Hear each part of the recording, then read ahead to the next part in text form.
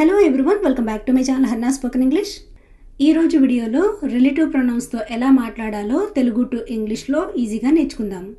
So video ఇక్కడ skip చేయకుండా end వరకు చూడడానికి ట్రై చేయండి. Now let's get in to the class. Relative pronounce అంటే సాపేక్ష సర్వనామాలు అంటారు. ఈరోజు వీడియోలో రిలేటివ్ ప్రొనౌన్స్లో కొన్ని ముఖ్యమైనవి నేర్చుకుందాం.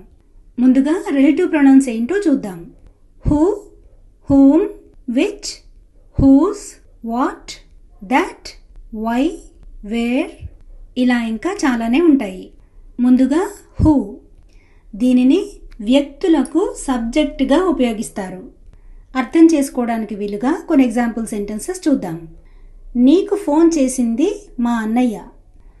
The man who called you is my elder brother.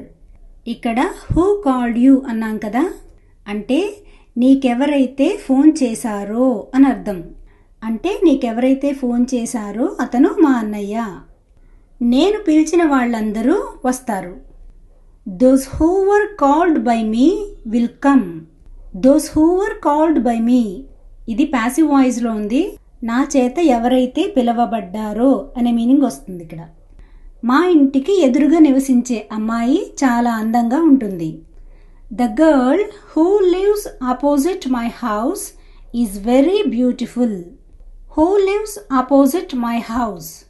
మా ఇంటికి ఎదురుగా ఎవరైతే ఉంటారో అని. నెక్స్ట్ హోమ్, దీనిని వ్యక్తులకు ఆబ్జెక్ట్గా ఉపయోగిస్తుంటారు. కొన్ని ఎగ్జాంపుల్ సెంటెన్సెస్ చూద్దాం. నువ్వు కొట్టినవాడు ఇక్కడే ఉన్నాడు. The person whom you bet is here. The person whom you bet అంటే నువ్వు ఎవరినైతే కొట్టావో అని అర్థం. నువ్వు పిలిచిన వాళ్ళు రావడం లేదు. Those whom you called are not coming. నువ్వు ఎవరినైతే పిలిచావో వాళ్ళు రావడం లేదు అని. నెక్స్ట్ హూజ్, దీనిని పొసెసివ్ కేసులో వ్యక్తులకు ఉపయోగిస్తుంటారు. కొన్ని ఎగ్జాంపుల్ సెంటెన్సెస్. అతను ఎవరి ఇల్లు కొన్నాడో అతనికి తెలుసు. He knew the family whose house he bought. Whose house he bought అంటే ఎవరిదైతే ఇల్లు కొన్నాడో అంటే ఆ పర్సన్కి చెందినది. ఈ ఇల్లు ఎవరిదో నాకు తెలీదు. I don't know whose house it is అంటే ఆ ఇల్లు ఎవరికైతే చెందిందో అది నాకు తెలీదు అని.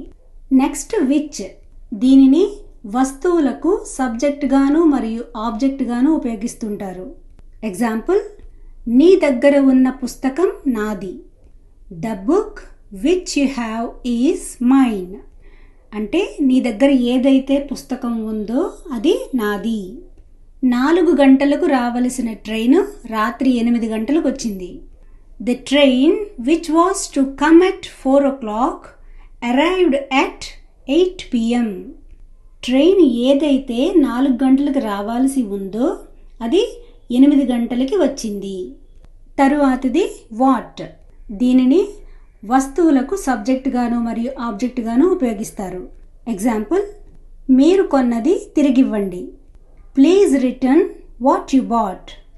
వాట్ యు బాట్ అంటే ఏదైతే కొన్నారో. మీరు ఏ సైజ్ షూస్ తీసుకుంటారు. What size shoes do you take.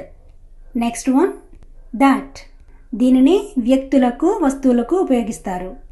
Example sentences. ఇది బెంగళూరు వెళ్ళే రైలా. Is this the train that goes to Bengaluru. నేను నిన్న కొన్న వాచ్ ఈరోజు పోయింది. The watch that I bought yesterday has been lost today. మీరు ఎవరి గురించి మాట్లాడారో ఆ కుర్రాడు ఇతనే. This is the boy that you talked about. So friends, this is the class for today. Thanks for watching and see you in the next video.